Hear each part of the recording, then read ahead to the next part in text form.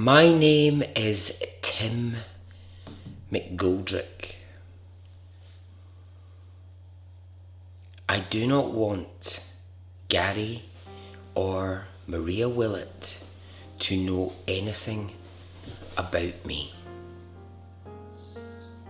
I do not want them to have any information on me. These words are written on a tiny piece of white paper. And when you look at it, you could think that a child had written it. There's spelling mistakes, it's badly laid out. It's been written in a hurry. But this is not a child. This is a man trying to escape the horrific life he's been forced to live. Welcome to Extraordinary Stories Podcast.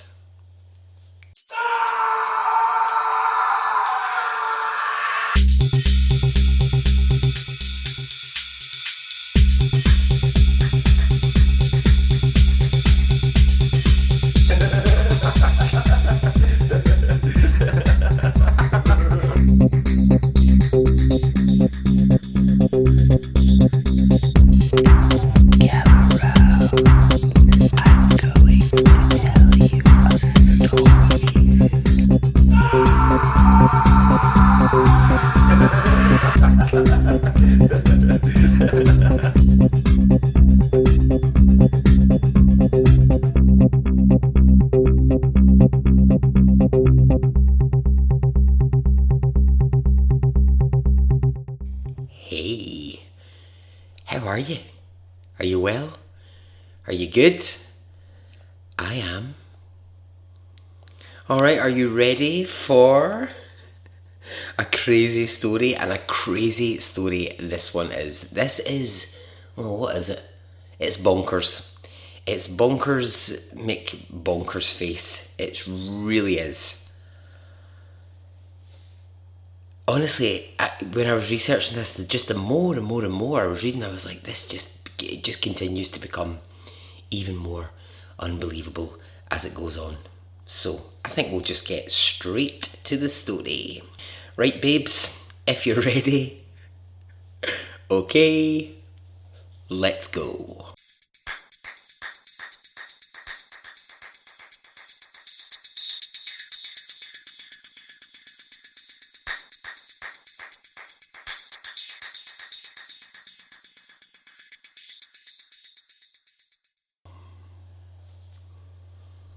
In 2017, a series of cars pulled in to the parking lot of a downtown Toronto court.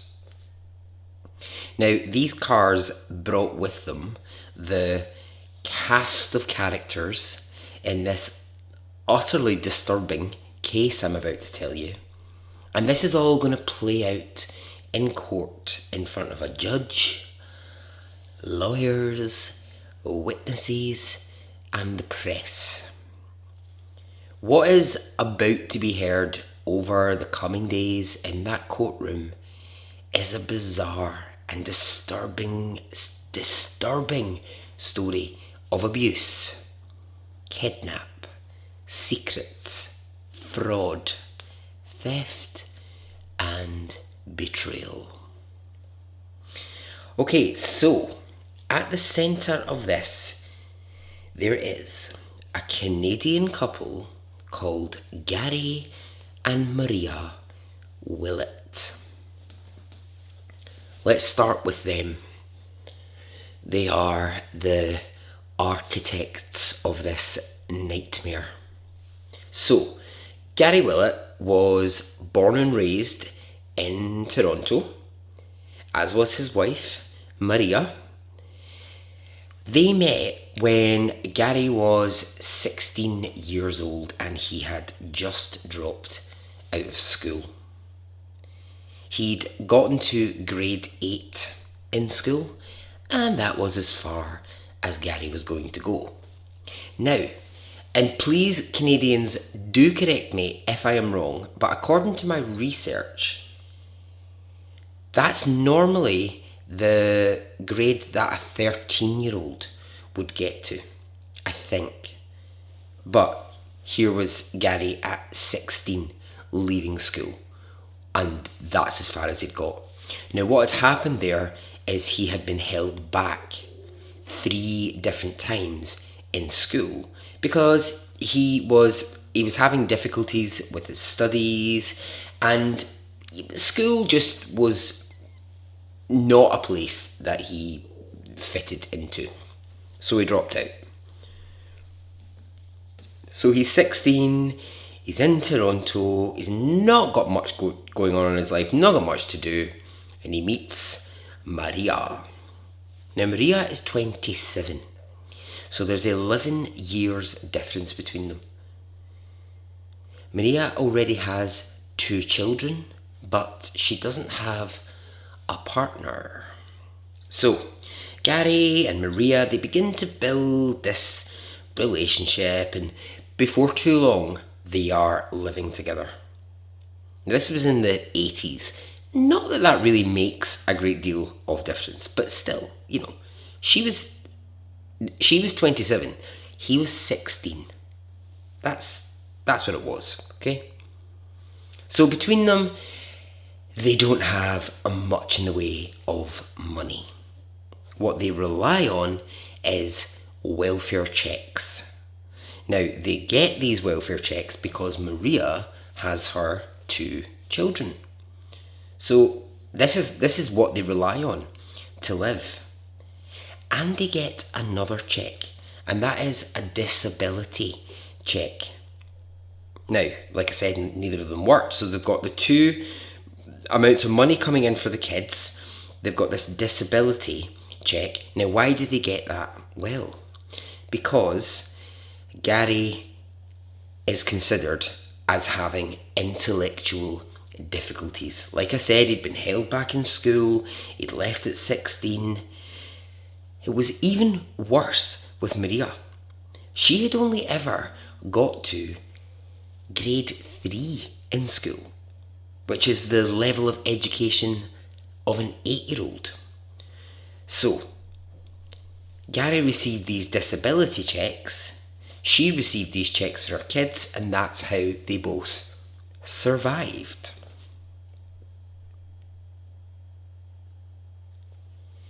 Now, this is a tricky one, right?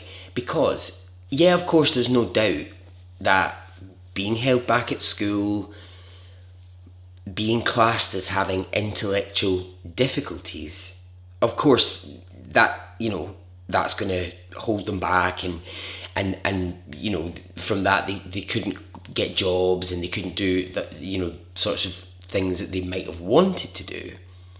But what they were not was stupid. They knew how to survive. Now, with Maria already having these kids, getting the checks, getting the disability checks, it added up to quite a nice amount of money every month. What they also worked out was that taking kids in who needed homes for a short period of time, kind of like a foster parent system, would also bring them money. So they would happily take these kids who needed a home into their home, get some money from the government, and then turf these kids out. And then on and on and on this went. Some of the kids who were in the care of Gary and Maria Willett will say that they were not treated well in the home. So the money that they were receiving for fostering these kids was of course meant to go on feeding the kids, clothing the kids, but that wasn't happening. Gary and Maria were spending it on themselves. Now, always with a crafty eye on what they could do in the future that might make them more money without actually having to go to work, Gary and Maria decide to do something that's going to financially help them for the next 2 decades. And it starts one evening in the late 1980s when Gary and Maria are returning home from a meal to their house in downtown Toronto when they see a man across the road not far from their house, and the man is eating out of a bin. He's thin, he's dirty, he's unkempt. And the Willets look at him and think he might be homeless. And they are right. He is indeed homeless. His name is Tim McGoldrick. And Tim is a young, homeless Canadian man who has a partner. His partner is called Barbara Bennett, and she is also homeless. So, here's Gary and Maria Willett. They've got a home. They see Tim eating out of bins, and they say to him, "You don't need to eat out of bins.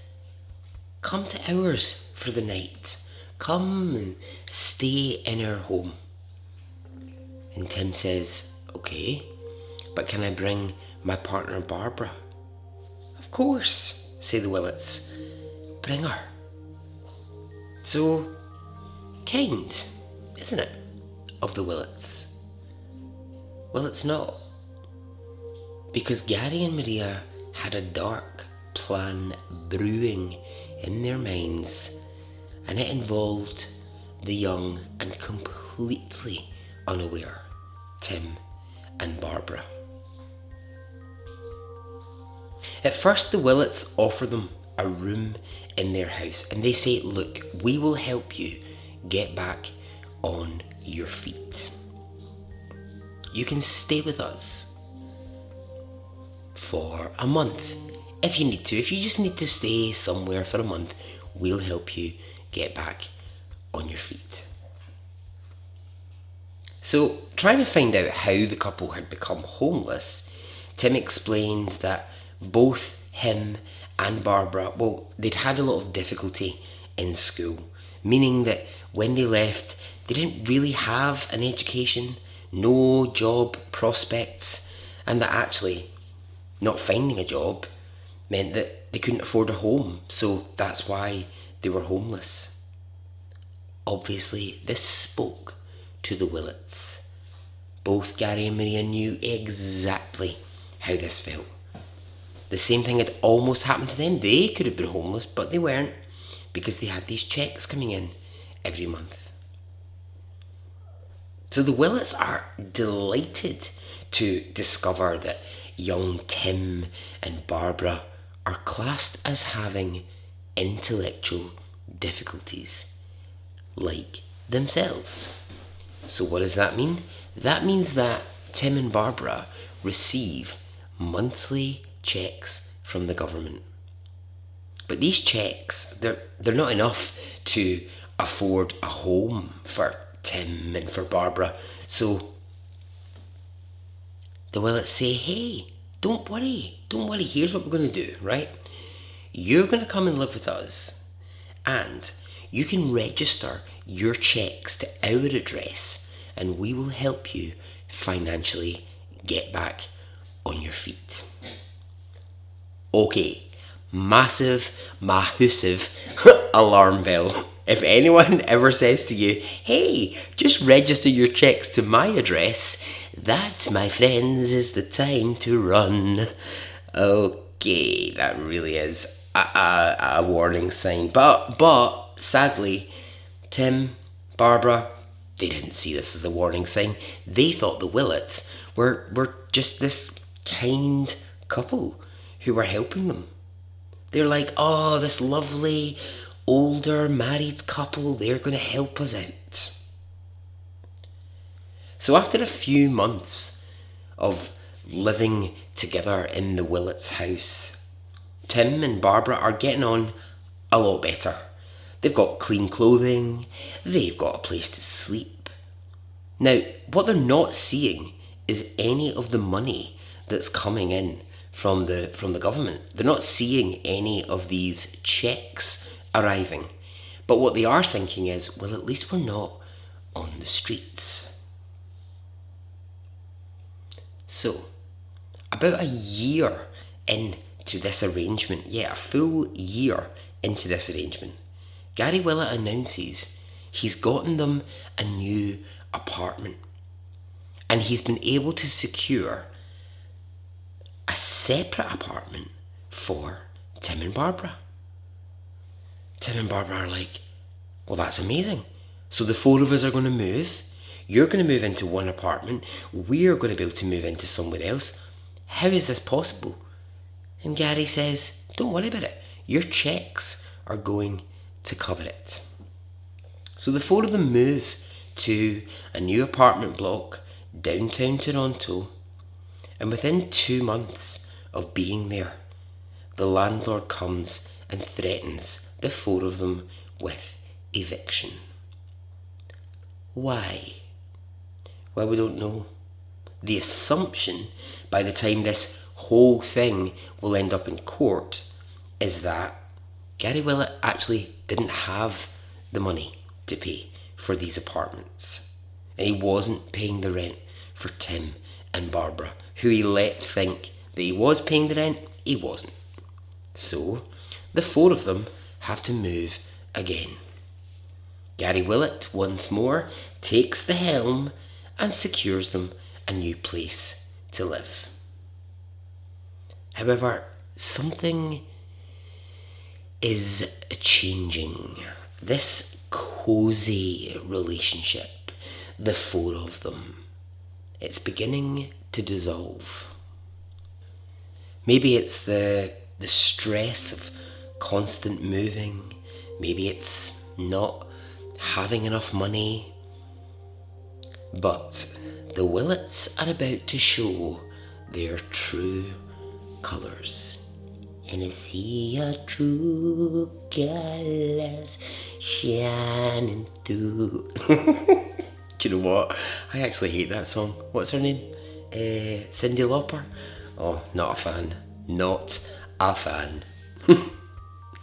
So they get ready to make this move, and it's now that the violence begins.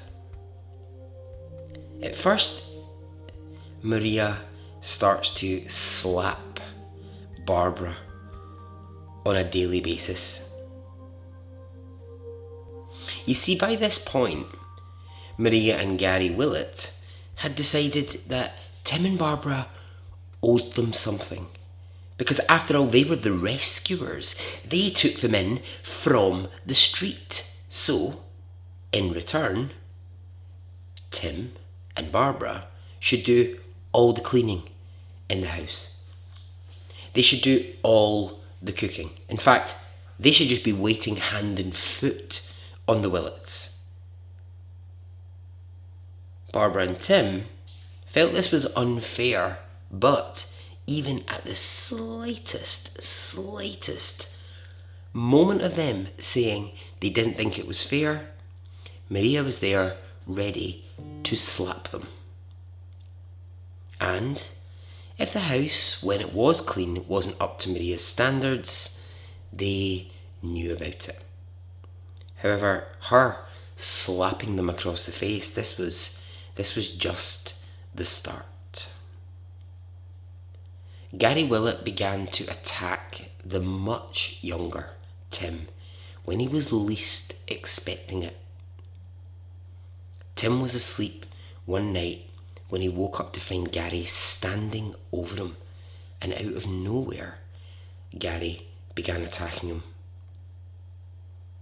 Gary punched Tim so hard that he broke his nose, and then refused to let him go to the hospital. What a pair of absolute dicks these two Willets are.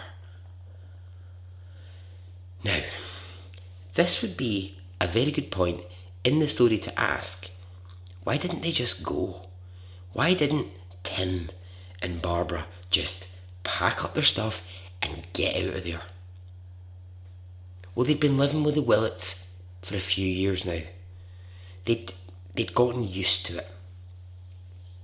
And also, I think the Willets had just beaten them into this. You know, I think the Willets really exercised that kind of we control you thing over them. I think the Willets really had them, you know, by the throat almost. They threatened violence, they were violent. You know, they really had this younger couple, like, convinced that they weren't going anywhere. So it's not long before they have to move again. I mean, for fuck's sake. I have moved a lot to a lot of different houses and a lot of different flats in my time, but this is taking the piss. So they move again. But this time, the Willets choose a house with a basement. And that's a very deliberate choice, because they've decided it's the time for Tim and Barbara not to be given a bedroom, but instead to sleep in a basement. The Willets' ugly, horrible behaviour had now turned vicious. They treated Tim and Barbara like animals. They kept them in that basement. Horrendous. Just horrendous. Any chance of Tim and Barbara asking about the monthly checks and getting hold of their own money, that was completely gone. Because they were threatened that if they asked questions about the money, then here's what the Willets would do. Call the local mental institute and tell them that they had 2 people living in their basement who needed to go to the mental institution. That's horrendous. Absolutely horrendous.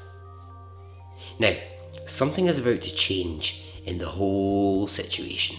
A major development in the story. Barbara discovers she is pregnant. Now, her and Tim are a bit shocked by this, but ultimately happy. Maybe for the young couple, having a baby might be their chance to get out, get away from the Willets. You know, they could ask the government for some help to get a house, raise their baby, be free of this hellish situation that they're in. Now, this was 1989. I don't know if that was a time when it was easier to get financial help. I'm not really an expert on what was happening in the 80s because I'm just 21, so I don't really know what was going on then, but you know, maybe it was. Now, this is where the change is going to happen, because Gary and Maria Willett are thrilled to hear that Barbara is pregnant.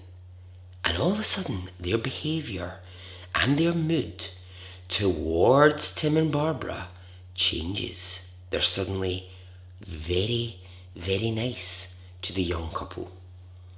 They let them have a room to stay in whilst Barbara is pregnant. No, none of this sleeping in the basement. No, have a room. Suddenly, they can't do enough to help Barbara and Tim. Why is this? Well, because the Willets have decided that they want this baby. With no idea that this is the couple's horrific plan, Tim and Barbara carry on through the pregnancy, and then the day comes when Barbara goes into labour. So she's about to make her way to the hospital, and this is when the Willett plan starts to emerge. So Barbara isn't registered with a health card, and as she's going into the hospital, Maria says, take mine. Take my health card. This will cover all of the costs of going in and having the baby. Now, Barbara isn't sure. She doesn't really like the idea of going into the hospital with this card that's not hers. It's a fake. She feels like, well, it's a fake name and it's not me, and I'm not really sure, but she's in labour, so she doesn't really have a great deal of time to argue. Maria's like, just take the card, this will be fine. So Barbara goes, she gives birth, and she's joined by the 3 other people. So Gary Willett, Maria, and of course her partner, Tim. And the Willets say at the hospital, look, Tim and Barbara, don't you worry about any of the paperwork. We will take care of everything. And they do. When the doctors ask for the paperwork to be filled out, I don't know how the hell this happens, but Maria and Gary Willett fill out the birth certificate and name themselves as the parents of the baby. The fuck is that about? I mean, come on. Imagine you've just given birth and your baby is registered to a couple who've been forcing you to live in their basement. Oh my God. So it's a baby boy. And to add insult to injury, the Willets named the baby Gary Jr. They take to calling the baby Junior, as if he was Gary's own son. So they get home, and Barbara and Tim, they're not ever allowed to really parent their own baby. The baby gets taken away from them by the Willets, who say, well, you won't know how to look after a baby, so you go back to sleeping in the basement and we'll keep the baby upstairs with us, and we will do all the feeding and the changing, and we'll do all of that business. You don't need to worry about it. Now, obviously, Tim and Barbara are like, this situation is mental. Why is our baby upstairs with that couple, and why have they registered their names on the birth certificate? But also, they don't know what to do about it. They don't know how to get out of this situation. This is when the real abuse begins. It gets really bad. Verbal, physical abuse towards Tim and Barbara on a daily basis. They're only ever allowed to see their baby very intermittently, and only when the Willets will allow them. This goes on for years. The child, Junior, is raised by the Willets, believing that's his mum and dad. And when he gets to the age, Junior, and starts asking questions about these other people that he sees in his house, it's explained to Junior, oh, these are friends of the family, but they've got intellectual difficulties. That's why they live in the basement. You don't need to know who those people are. For fuck's sake, it's his mum and dad. What an actual shit show. Imagine you grew up, your mum and dad were living in the basement and you didn't know that was your mum and dad. Now, when Junior is about 7 years old, Barbara falls pregnant again. But this time, the baby is not her partner, Tim. It is, wait for it, Gary Willett's brother. So the man who has essentially kept them a prisoner in his basement for years has a brother who gets Barbara pregnant. Oh, come on. Oh, come on. You're not telling me that something weird and horrific didn't happen there. So this is the situation. Barbara's pregnant again. Once more, the nice treatment begins. They're allowed to come up out of the basement, but this time, of course, having gone through this with the first baby, they know where this is headed. When it comes the time to give birth, Barbara gives birth to a baby girl who she calls Billie Jean. I mean, I'm going to do it, haven't I? You know I'm going to do it. The baby is called Billie Jean. So if you would like to join me, after 3, 1, 2, 3. And I was like, baby, baby, baby, ah, like baby. Because she's had a baby. See what I'm doing there? So, Barbara makes a decision at this point, and it's a really important one. She decides she's going to leave.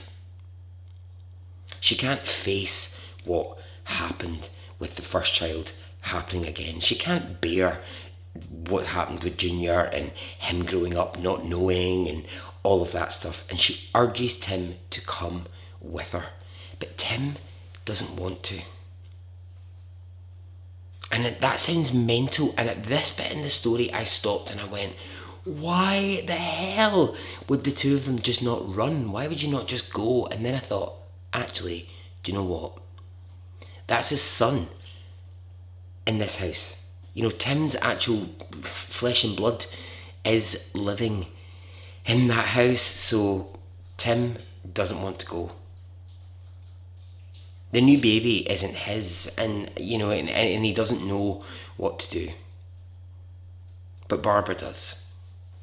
And one day when the Willets are out of the house, Barbara gets her things, gets the baby, and leaves. Now this is where the story is just such an odd setup, because Barbara can leave. I mean, Tim can leave. But they don't. The Willets have got this kind of strange power over them, but obviously, you know, being pregnant with her second baby, Barbara's just like, that spell is broken, whatever that has been, whatever verbal, physical, horrendous abuse she's been put through, she's like, it's over. And, you know, I said that about Tim there, but I think you can kind of get where he's coming from. He just doesn't want to leave the house. Now, we don't really know the details of how Barbara managed to leave, but we do know that the Willets are not happy when they discover she's gone. And they make this very clear to Tim. Tim gets it taken out on him. More abuse, kicked in the face, broken teeth, injured really badly by the Willets as a punishment for Barbara leaving. And it's not long before, guess what the Willets want to do? Their favourite fucking thing, they want to move house. So they do. They move to a new house, a new basement, and Tim is forced to sleep there. By this point, the couple have decided to start starving Tim. They don't let him eat for days at a time. They force him to eat dog food. Gary Willett puts 7 security cameras around the house so that he can see what's going on in the house in every room at all times of the day. The guy is so mental, he puts a camera directly onto the fridge in the kitchen so that if, when he's not looking, Tim ever decides to come up from the basement, take some food out of the fridge, Gary can watch it on the camera and he can punish Tim for this. This carries on for wait for it, because I feel you're going to be shocked when I say this, 18 years. 18 long years. Unbelievable. By that time, Junior is grown up. Junior fully believes Gary and Maria, that's his mum. He's got no idea who the man in the basement being mistreated and living like a dog is. And all he knows is that there used to be a woman here, he thinks, when he was young, but she's not here anymore, so she must just have run off. Tim has endured years of these beatings. And while those checks have been arriving for Tim, they've just been going straight into the Willits bank. Why didn't he do what Barbara did and just run? I keep asking myself this question over and over and over. But the Willits again just reinforce this idea. If you try to leave, we'll have you put in a mental institution. But then it gets to 2012 and Tim has had enough. He risks it all. And then one day when the Willits are out the house, he leaves. He leaves knowing he can't come back and that what he's heading into is homelessness. But that's all he can do, because he can't continue living in this basement. By this point, Junior has also left the Willett home. He's decided, Junior, as he's gotten to become a young man, that his parents, as he thinks that they are, Gary and Maria Willett, are crazy. He can't take living with them anymore. They're horrible, horrible people. And also at the same time, Junior has begun to have his suspicions, not really based on anything, but he's started to have his suspicions that they might not really be his mum and dad. So about 6 months after Junior's left the house, Tim has run away. It just so happens that Tim is walking down a street in Toronto, once more going through bins, when Junior is in a car with one of his friends. He's driving along and he says to his friend, "Stop the car. I want to talk to that guy. I recognise that guy. He lived in my basement for years." And of course the friend who's driving the car is like, "What the hell are you talking about?" And he's like, "No, stop the car." So they stop. Junior approaches Tim and says to him, "Come with me. Come with me, you don't have to be homeless. I'll take you back to this apartment that I've got." So Junior thinks he's just taking the man who lived in the basement back to his house. Absolutely no idea this is actually his dad. So Junior starts to ask questions when they're back at the apartment. And it's then that he hears the truth for the first time. Tim also tells him the story of how Barbara had a baby girl and ran. And Junior at this point is like, what? I have a sister. I have a half sister in the world. And I have a mother who no one knows where she is, but she's out there. This is unbelievable. Finally, this is what had been in Junior's mind. He knew something was not right about Gary and Maria Willett being his parents, but he just couldn't put his finger on it.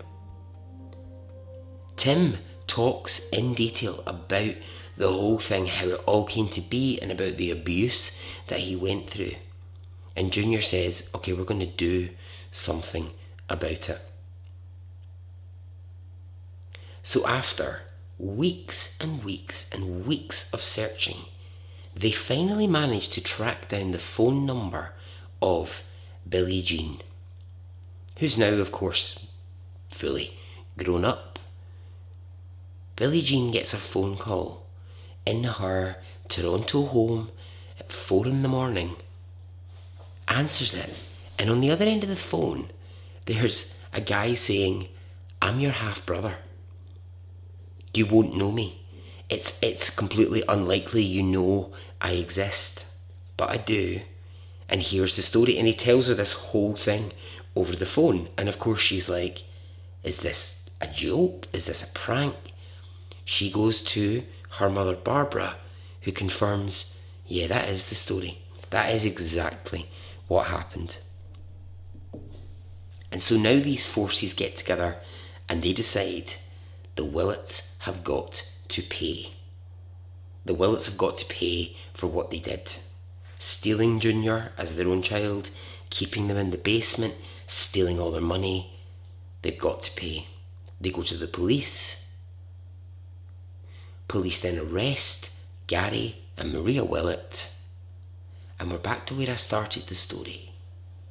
Back to that courtroom in downtown Toronto. And here is a judge and a jury hearing this story play out and thinking, what the hell is this bonkers tale? The defence that Gary and Maria Willett try to use is that they never imprisoned Tim and Barbara.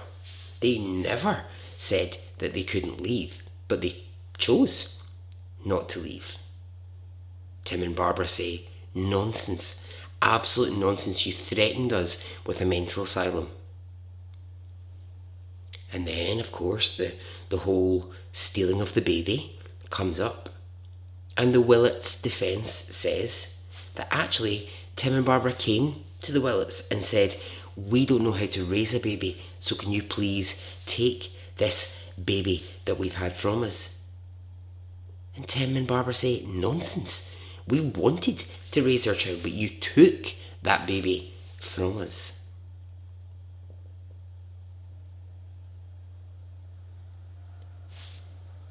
This plays out in court for 2 full weeks.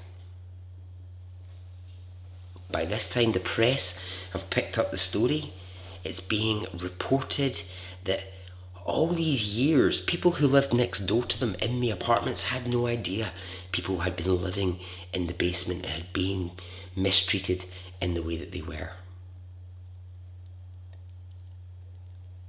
Finally, it's time for the verdict, and a jury find Gary and Maria Willett guilty.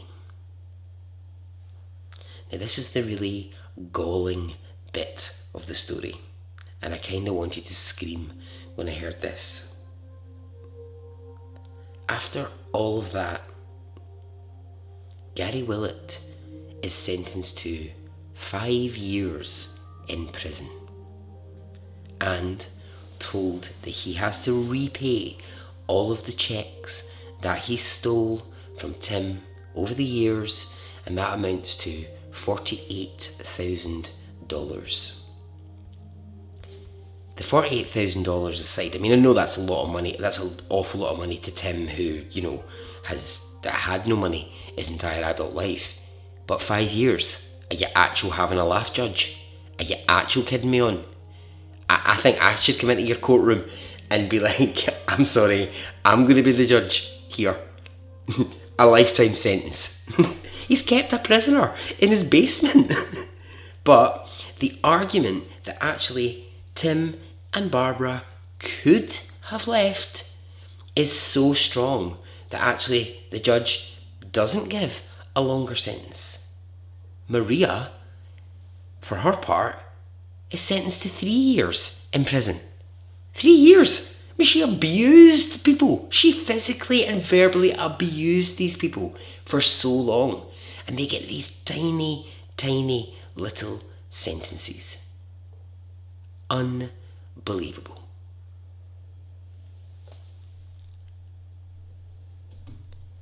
So, Junior has been reunited with his proper parents. Billie Jean and Junior have begun to develop a brother and sister relationship. And Tim has managed to get himself a house in Toronto. Barbara has chosen that she will play her part in the going to court and the telling of the story, but that was it. She didn't really want any more to do with it. She wanted to be far away from the years of hell. The Willets only went to prison in 2017. So pretty soon they will be out and about. So here's my warning for you, Canadian listeners. If someone comes up to you and says, hey, why don't you come and stay with us for a couple of nights? Say no. And so ends the story.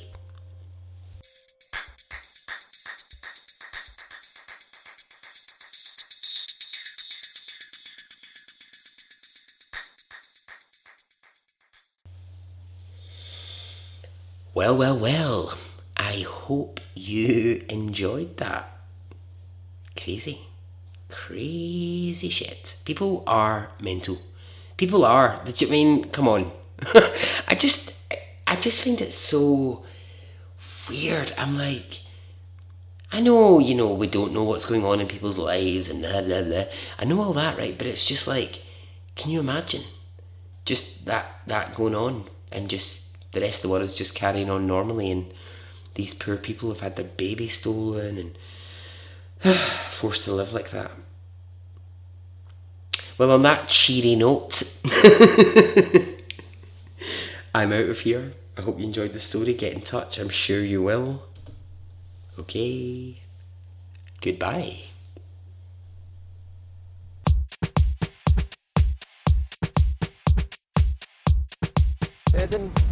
It didn't affect me really one way or the other.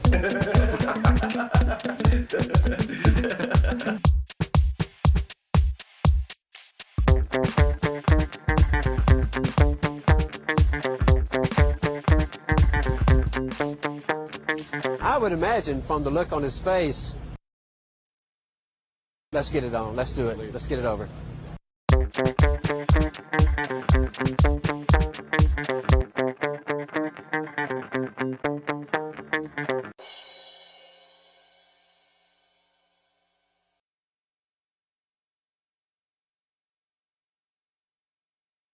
Let's get it on, let's do it, let's get it over.